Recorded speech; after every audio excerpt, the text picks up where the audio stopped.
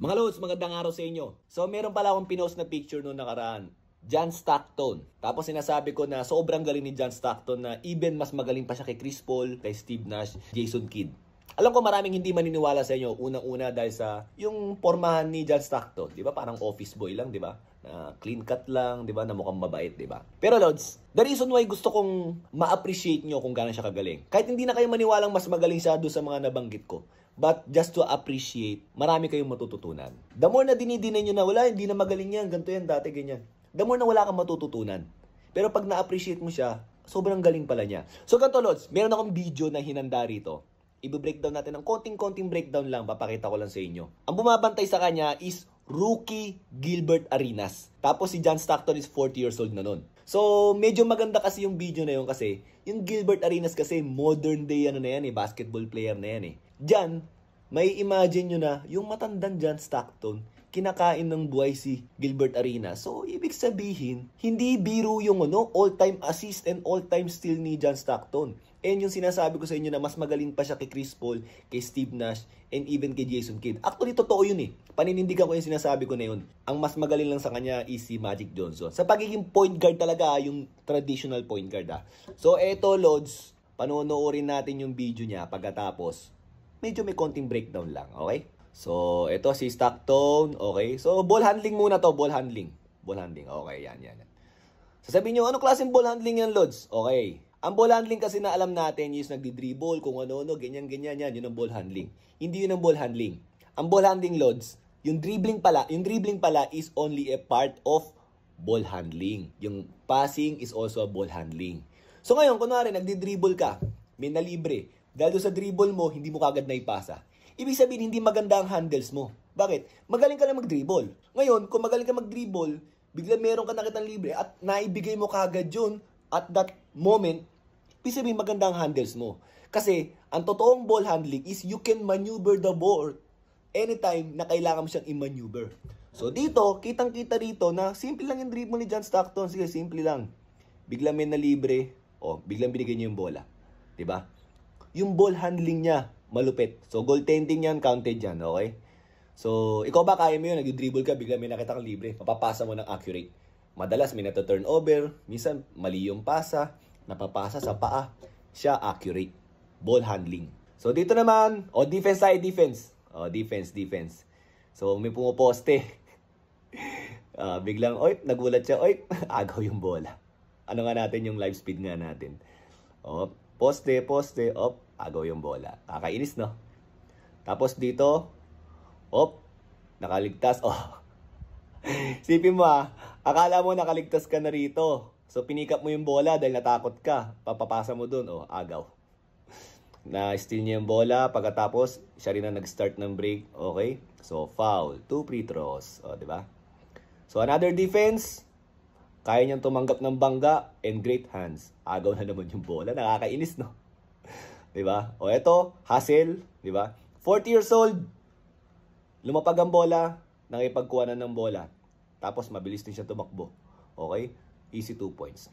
So, Lods, hindi nakakapagtaka yan Yung ang galing niyang sumundot, ang galing niyang mag-anticipate ng pasa, kaya niyang tumanggap ng bangga at magaling siya tumapik. Bakit kamo? Number 1 all-time steals. Hindi tsamba yung nakikita nyo. 40 years old. Depensa pa lang pinag-uusapan natin. Ibig sabihin, kahit na hindi bola ng Utah Jazz, may effect yung John Stockton. Meron kang kailangan alalahanin na baka mamaya yung John Stockton maagaw yung bola sa'yo. Kahit hindi naman siya yung bumabantay sa'yo. So yung effect niya sa other team. Ganun kagaling yung John Stockton. Depensa pa lang pinag-uusapan natin. Ito ngayon, offense naman tayo, okay? Moving without the ball naman tayo. So, ito, si John Stockton, kumakat, pinasa yung bola. Foul, okay? Si Gilbert Arenas, nahihilo na. Anong gagawin ko rito sa tao na to? Diba? So, ito, pinasa yung bola. UCLA screen, UCLA cut up, counted. So, simple lang naman ginawa dyan, Tingnan mo, bumabantay si Gilbert Arenas dito. Hindi siya nag-jump ball side. Dumaan under. Edi yari ka. Diba? Kinain niya kagad yung space, Pero mo nag-under ka sa kanya, hindi pagpasa kanya ito, kinain lang niya yung space sabay angat. Simple shot. Kailangan pa ba ng kung ano nung mga Pero yung effect niya, di ba? Sipin mo, hindi pa niya hawak yung bola niya Another moving without the ball. Ito, nasa ibabaw siya. So ngayon, meron pa poste, kakatapat siya or is mag-screen, biglang kuha ng bola. Ano ba? Ba't nalilito kayo? Sobrang shooter niyan. Ito oh. Moving without the ball again. So double screen sa ilalim. So lalabas si Stockton. Ito na naman si Arenas. Dadayain na naman niya. Abangan niya kasi lalabas dapat doon sa 3 points, di ba? So anong ginawa ni Stockton? Flare. Di ba? Nawala si Arenas. So, although hindi pinasa kay John Stockton, pinasa sa kabilang side. Tingnan nyo. Si Arenas nawawala, si Stockton libre, kumat sa ilalim, napasahan. 'Di ba? Dapat reverse na 'yan, kaso bumantay ang tao ni Malone kasi nga wala na, libre na eh. Eh di si Malone na lang yung libre. Si Arenas nawawala. 'Di ba? Alam mo ganito, Lods eh. Ang katuwiran ni Gilbert Arenas diyan, hindi naman daw siya first option, hindi second, hindi siya third, fourth option pa daw yata siya. Hindi 'yun eh. Defense ang pinag-uusapan, hindi mo siya madepensahan kahit na athletic ka at 40 years old yun. Ibig sabihin, ganun gagaling yung John Stockton. Okay, tuloy natin. O, pick. Hanip yung angulo ng pasa na yun. Hanip naman yun, ulit. So, nakuha niya yung pick, kinain niya yung angle. So, nag-commit yung big man. Pero sumunod sa kanya yung tao niya. Hindi niya mapasa yung roll kasi medyo maganda yung depensa. So, sa likod niya nilagay yung bola. Hanip naman yun. Okay, hanip. Sobrang hanip nun. Oh, hindi niya may pasa doon niya binigay sa likod. Diba? So, ganito, Lods. Kanina, hindi niya hawak yung bola. Isipin mo bola ng kalaban. Yung kalaban, inaalala yung John Stockton, baka mamaya masundutan, magawan sila ng bola. Ito naman, hindi hawak ni John Stockton yung bola pala kanina, moving without the ball. Kailangan mo pa rin siyang alalahanin. Bakit? I-score siya eh. Panagkamali ka eh. Diba? Ganun kalakas yung effect ng John Stockton. Ito naman, hawak niya yung bola, pick and roll, diba? So, bagay ito, angle ng pasa to, yan. Very good yung angle. Yung iba, agaw yan eh. Ito, pick and roll. Pick. Ano ginagawa mo, Gilbert Arenas? Ito, tinama, ayan, pick. Nag-go under. So, kumuha mo na yung big man para matulungan. So, akala ipapasa, tumalon. Tinan mo, tumatalo si Gilbert Arenas, kala ipapasa. Ito ako, nag-go under ka, titirahan kita, yari ka sa akin. So, ito, again, another pick and roll na naman. Umibabaw ka. Di iwanan ko to lahat. Ulit. Umibabaw ka, napunta ka sa likod. Di iniwanan ko rin yung big man. Sobrang off balance ng layup na yun. Ito, pick and roll ulit. Pick. Sobrang takot nila, sumunod sila lahat. Di pasa sa likod. Balik natin. Ayan na. Nag-go under, kinuha ng big man. Nung inatake, yung big man hindi umalis, nakita ni Stockton. Di alam niya na kung sino libre. Doon ang pasa. Overhead and behind the shoulder pass. Bang! Di ba? So, ito. Di ba? Iwan. Hindi malaman nung bumabantay kung may spin o wala eh. Di ba? Change of pace lang. Ito.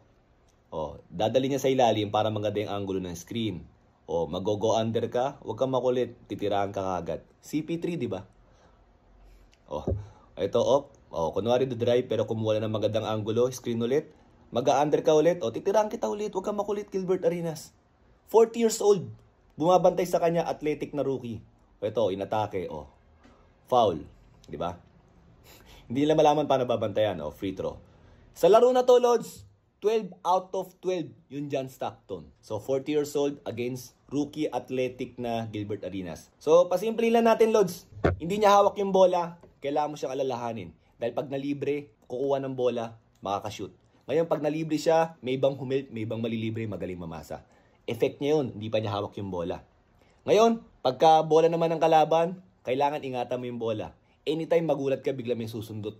Anytime magulat ka, biglang yung pasa mo, may aagaw. Number 1 in steals yan eh, di ba? Ngayon, siya naman may hawak ng bola, pick and roll. Hindi ka pwedeng mag-go under, titirahan ka. Hindi ka pwedeng magkamali ng help o hindi ka pwedeng magkamali ng defensive scheme dahil sigurado mapapasahan yung role o yung iba, 'di ba? Nakita niyo naman, sanay tumanggap ng bangga. Kaya nga sabi ni Gary Payton, 'di ba? Buong game kailangan mong alalahanin yung John Stockton. Gary Payton na nagsabi nun. Ganon kagaling yung John Stockton. So sige, kung ayaw nyo maniwala na mas magaling siya kay Steve Nash, kay Jason Kidd, kay Gary Payton, kay Chris Paul, walang problema. Pero sana ma-appreciate nyo gano'n siya kagaling. So, pag na-appreciate nyo yan, may matututunan kayo. So, yun lang mga Lods. John Stockton. Thank you!